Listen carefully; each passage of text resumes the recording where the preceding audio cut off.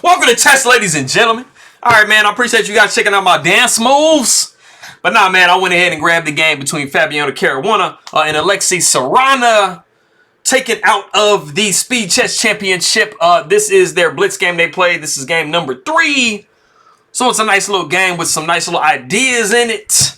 All of my people coming from the Philippines, I would say maraming salamat. Anybody who, because Sarana is originally from Russia, but he is representing Serbia as of last year. So anybody who is coming up from Russia, I will say Большое спасибо.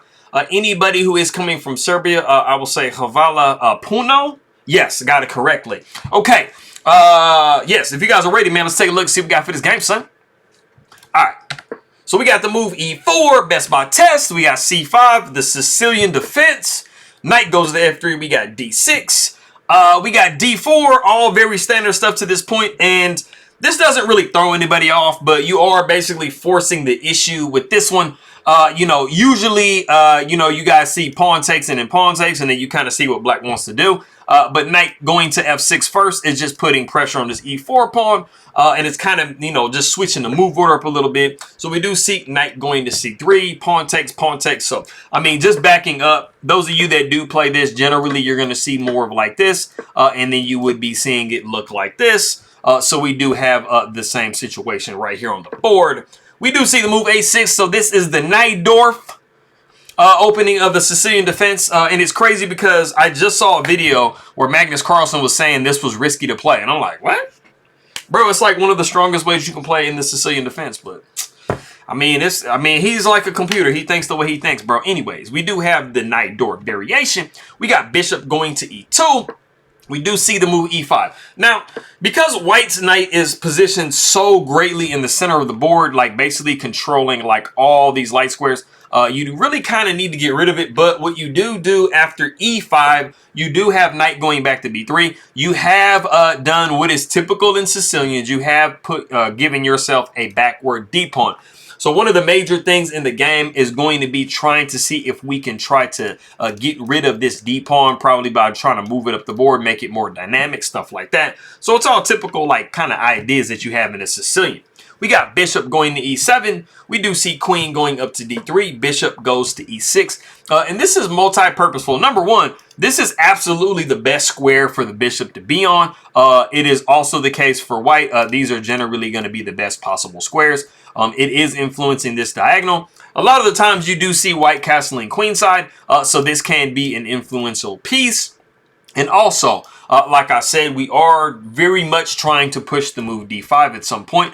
And so, just get our one weakness in our position kind of out. So in light of that, we do see knight going D5, just making sure that you can't push a pawn if a piece is there, bro.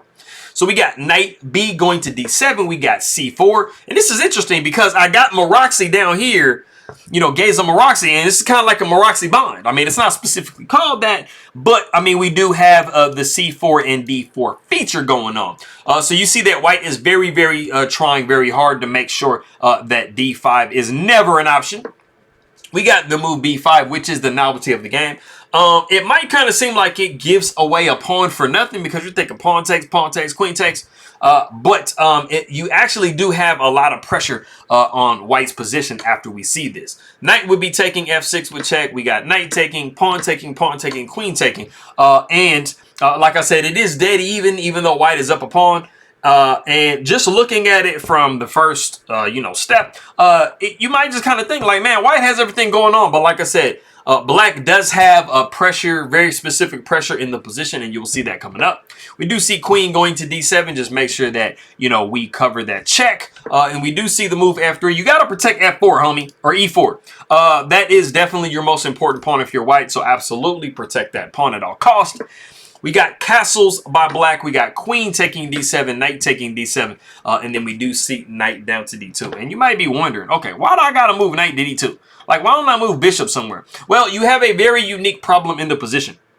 At the moment, because you are underdeveloped on this queen side, your rook is actually hanging if we see bishop taking B3. You cannot take back, so I'll just show it on the board. You cannot take back. So let's say you already do that. Okay, so let's say white makes like a random move, right? Or like you do make the bishop, like, you know, move. You do see this right here, and you cannot take back because you are looking at rook takes with check, and you have just dropped a piece for no reason. So just don't do that, bro. So that is an example of what would happen. So you do have to take precautions in this position. So we do see Caruana going knight back to d2. You kind of have to give the pawn back. So yes, black has played in a somewhat risky way, but they are able to secure their pawn returns to them safely. So we do see rook taking a2, rook taking a2, bishop taking a2. And you see that black is actually doing fairly well in this position. You do have to kind of be a little bit careful, though, if you are black, because you do have a passed pawn here on the b file. So if this pawn continues to roll, you never know. It might grow up to be a queen at some point. We do see rook going over to c8. And one of white's drawbacks in the situation is the fact that they do have a little bit of underdevelopment. They have not successfully developed their pieces. So sometimes it might kind of seem like you're playing a little bit too passively to make developing moves. And sometimes you're like, I got to attack. I got to do this. I got to do that. Well, the really important thing that you have to think about is you can get yourself into positions like this if you are not developing your pieces. It's something that some people never learn. Sometimes people learn it really quickly and then they become great. You just got to see how you want to play the game. We do see king sidestepping over to d1. There wasn't a whole lot better that you could really do. And we have actually reached a position. Black has a nice shot that they can push in the game. If you want to try to guess what move that is, go ahead and do so.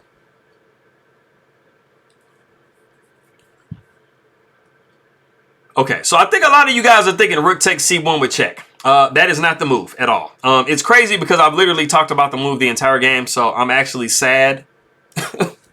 I'm sad if you don't get this, man. The move is d5. It's just d5. It's the move that black has been wanting to play the entire game.